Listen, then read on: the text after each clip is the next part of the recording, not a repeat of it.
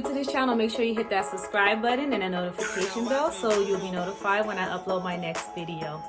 Also follow me on Instagram @_Anjanou Hair. So this video is going to be talking about me, the reason why I decided not to further pursue a degree in nursing any further than what I have. But before I talk about that, let's talk about these curl patterns. These are actually 2 days old curls. So I'm actually getting better at curling. And then I'll tell you, and the hair quality matters as well. So my hair definitely is holding curls. Ladies, check that out. And gents. Okay, back to topic. So why I decided not to further my educational goal in pursuing a higher degree in nursing.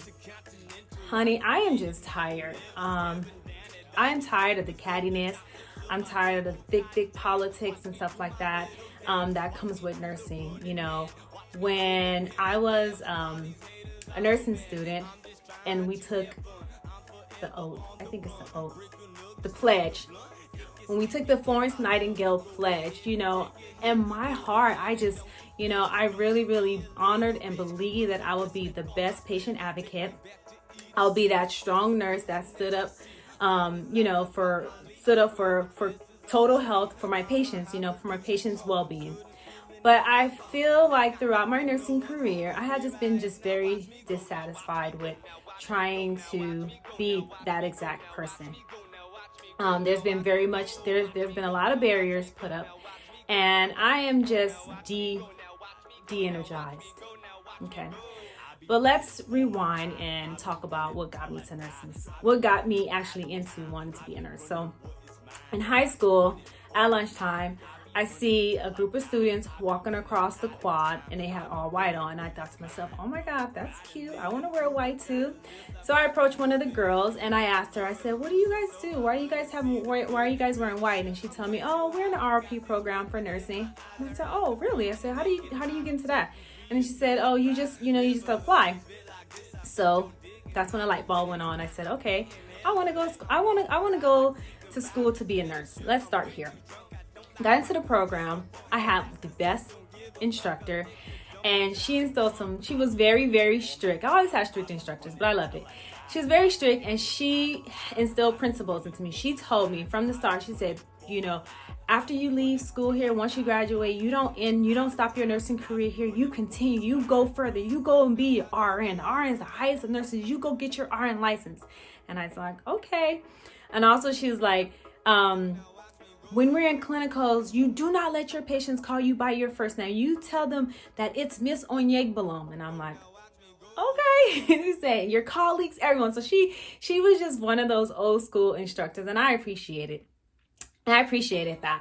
So, and in high school, actually, shout out to Hamilton High, because I had the most amazing teachers there. All my teachers were so uplifting and supporting. They were like my biggest cheerleaders. They will always introduce opportunities to me. They was always trying to get me involved, whether it be extracurricular or academic. They were really focused on me, and I really appreciate that. So high school, I was all over the place, meaning I was working, I was into sports, and then also I was studying. So I was super tired. And I don't really think I had that focus. My parents didn't really talk to me about, what's life after high school. So I really, my focus was all over the place. Anyways, and I was working at Del Taco as a shift manager, making a little bit of money. So, I thought, hey, this is a life right now. But after graduation, that's when life hit me, and I'm like, okay, I really need to do something.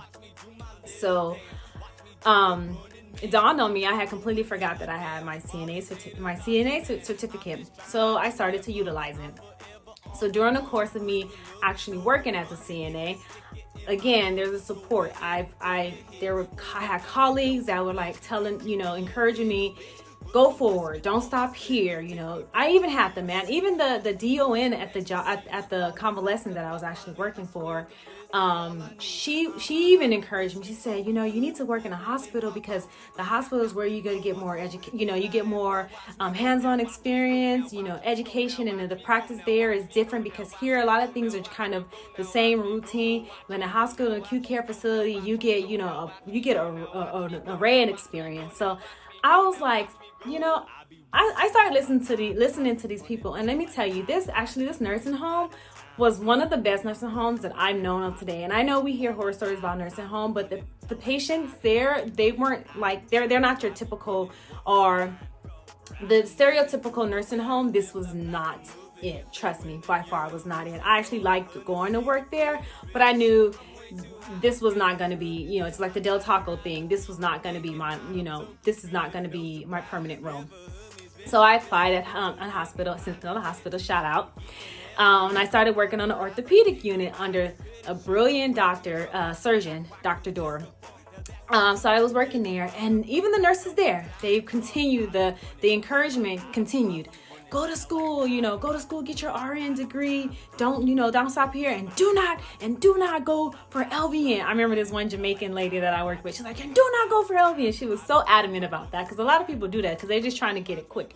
But no, that was never my journey. My journey is always being the tortoise and not the hare. So, you know, I listen to everybody. I'm applying to all these junior colleges because I know I cannot. I'm living on my own. I'm 18. I'm living on my own. You know, I don't have the support of no one. So I knew I couldn't afford, 4-year university. So I started applying to every junior college, and that's what they were telling me. Oh, just apply everywhere. So I applied to every junior college in LA County, even Orange County as well. Yeah. So finally got into Cerritos College. Shout out Cerritos College. Got into Cerritos College. And I'm telling you, this nursing program either made you or break you. But let me tell you though, it is one of the best nursing. We had the highest NCLEX passing rate at the time that I was going. I think it was like 95 or 94. It was like the best program, hands down. The instructors, no nonsense, but they were very helpful. They really focused on student success, but at the same time, they held you up to accountability. So you had to know the curriculum, and you had to be accountable for it. And I had Patty Rydell was one of the instructors that I would never forget. I remember all my instructors, and I run into them sometimes when I see them. And I run into them sometimes, like either at work or out on the streets. But Patty Rydell was amazing. She was really for nursing excellence, and I appreciate every cell in her body, because that's what she breathed, and that's what she projected, and that's what she expected. So I love her for that. So fast forward, graduated nursing school, got into nursing. I was lucky enough to get inducted into labor and delivery as a new grad, because most places, they don't allow you to do that. You have to go through like med-surg and all this yada yada. I got right into labor and delivery. Best decision, but actually the worst decision in my life, because I had to work night shift. Night shift was the worst. Oh my God. Night shift is just like, to me, it's like you're just asking for death. I was like a complete zombie. I think I worked night shift for 2 years. 2 years, yeah. Maybe 3 or 4. I don't remember. But anyways, it was the worst days of my life. I was not a normal person. I think I cried almost every night before I had to go into work. And on my days off, I was a zombie. Although I would still go out and do things, I was a complete zombie. And even when I got a day shift position, the zombiness continued, until I, eventually balanced out into a normal person with a normal routine, or normally going to bed at night when you're supposed to. So, I got on, so I was fortunate enough to get a day job, but the day job, it was, I was doing same thing, labor and delivery, but the cultural on day shift versus night shift is totally different. You see day shift, that's when you see the politics is thick. The cattiness is thicker. I mean, it was just, I'm like, thank you, Jesus. I got a day job position. But then I'm like, oh Lord, what did I get myself into? So no, and no matter, even if you try to ignore it, it just like sucks you. It just like sucks you in. So anyways, so I said, okay, let me channel my energy somewhere else and let me go back to school. So I went back to school and I picked up another job, as an educator, because I figured I figured my nursing instructors made a huge impact on my life, and I wanted to be the same instructor. So I started to be, a nurse educator. So I went to school, and my concentration was nursing education. Once I almost got near completing the foundational courses, I got de-energized again. And I said, okay, what else can I do? So I talked to my counselor and I said, what other concentrations are there? Because I'm not really feeling this. Yeah. So, and then just being on your feet 12 hours and stuff like that, and just, pacing back and forth through the hallways, and just that's wear and tear on my body. So I fear, I'm like, I'm not gonna last long here. So I need to think about the future. So he said, well, what about healthcare informatics? Have you ever thought about that? And I said, I didn't even know that existed. What is that? So found out that actually there is actually a degree or concentration for nurses in healthcare informatics, and actually it's called nursing and the role is called nursing informatics, or informatics nurse if you actually have a degree and you get certified. So I started to focus on that concentration, and it was the most rewarding, the best decision, and the most rewarding thing that I did. After I graduated from school, I got a job within 2 months. I was like super stoked, because it's like, unbeknownst to me, I had no idea what this actual field was. And then, poof, I just got inducted into it. So congratulations. So I started the new job, and where I was working the environment was super, super, super duper toxic. But I learned a lot, and I really liked what I was doing. I like that I can impact patients' lives still, by making our computers, our documentation systems smarter, helping enhancing nurses' practice, actually doctor practice aware. I love developing relationship with my providers. Like, I still get to do that, except for I don't, have the hands-on patient care, but I still can impact the patient life, and I still, I'm developing rapport with, our providers, our frontliners. So I felt great about this role, but the politics still, and the cattiness was still there, And, IT has a long history of issues, and, women in IT, I just think that it comes with that comes with the territory, So anyways, fast forward. So after I left that company, I went to another company, same role. Still, I'm still on my high horse. I'm still energized. I'm like, I'm still all about informatics, and it's like, I really want to take this. I really want to take this career, as far as I can go. So I thought about, let me go back to school. I want to go back to school to get my doctoral degree in nursing. I have all this energy, right? I applied, I got accepted. My start date was in March 15th or 12th, 13th, something like that. And in that actually week, I was supposed to be in Hawaii. And something kept there was so many hiccups that happened during the process of me enrolling into school. I got accepted. I had everything was set to go. I had my preceptor, I had everything. I was ready to just start my semester. But there was just, I don't know, it was just, something was missing.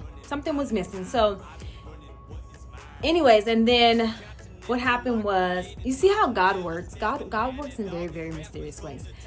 So what happened was the pandemic. The pandemic had hit us. So the pandemic hit, and then I thought to myself, I don't know if I really want to go into, hospitals right now, because this pandemic is so new. They still figuring out things. They don't really know they really don't know everything about it. So I don't want to put myself at risk, because I have to do clinical hours. Part of the curriculum is doing like, I think 1,000 clinical hours and stuff. So I notified the school. I said, hey, I want to renege on, my enrollment process. Can we push it back? Because I'm just, whatever excuse that I gave them. So they're like, yeah, sure, no problem. And then I had questions. Well, how would I be able to fulfill my clinical hours if we're not going into the clinical settings anymore? Oh, that was another thing. Yes, we weren't going into clinical settings anymore because of the pandemic. So that was another like indicator or red flag where I was just kind of like, okay, I need to sit back and revisit this. So I'm emailing my counselor, and I'm not really getting any emails back. I'm not receiving emails back. So I'm just like, okay, well, they knew that I wasn't starting school. So that was like, that was official. They knew that I was going to be starting school when I was subjected to starting school. So that was official. Or what confirmed that the fact that I needed to just put this on hold for a while was, the counselor not responding to my emails and stuff like that. So I just said, forget it. You know what? I'm not even going to further investigate any further. I'm going to take the money that I'm going to be spending for school, which I was not happy about in the first place, because I never spent, I was so lucky not to have to spend, not to have to pay for my education. Everything was either sponsor or scholarship. So I said, let me just take this money and let me invest in myself. And what I mean by invest in myself is starting my company. So this is what I did. I went ahead and I started my company. I had no idea what I was doing, aside from I knew hair. I know hair and I know hair quality, but I don't know like how to run a business. So I just started Googling, started doing research, started watching YouTube videos, and I just got really, really inspired. And I just started it. I just started it. I, created the Instagram, the social media accounts. I developed, I got the domain, the website, and all that stuff up and running, pictures, and all these little tits and bits and pieces that you need to start a business and stuff. So I got those things all in place and stuff, and and I'm just really proud of myself, and I'm really happy that I started it, because this is actually something that I'm doing for myself. And entrepreneurship is so self-rewarding no matter the outcome, because I am learning so many different skills. Even the wig making process, I'm learning how to make wigs. I'm getting better with every wig that I make. I get better and better. My time to make a wig has decreased. I'm no longer my finger is no longer a pin cushion, because I'm not poking myself with the needles as much, because my techniques are getting better. The way I style my hair is getting better. The coloring process is getting better. I'm learning how to bleach knots better. I'm learning how to flex. So this is all self-improvement for myself. And it's so rewarding, because I'm giving myself kudos. I'm happy about my progress. Every milestone that I get, I am super, super happy about it. And that does nothing but feed into my confidence.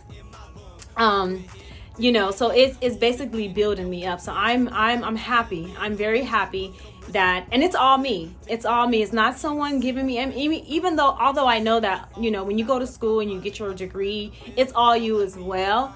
But I think this is more return of an investment than anything else. Accolades are great. I don't discourage people going back to school. I don't discourage people to pursue any kind of academic goals, but entrepreneurship is just a whole nother ball game.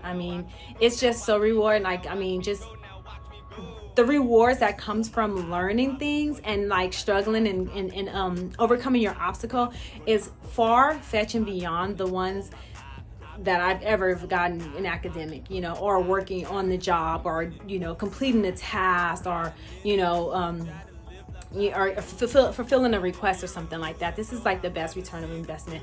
So I just want to say to you guys, invest in yourself. 2, believe in yourself. 3, if there's anything that you want to do, make sure you do it. Do not hesitate, because I hesitated to start this business like over 3 years ago because of my past experience as a hair braider. I felt like I wasn't making enough money because I was so busy giving homegirl discounts. I never foreseen that I can actually make a career or a living off of, you know, being a braider.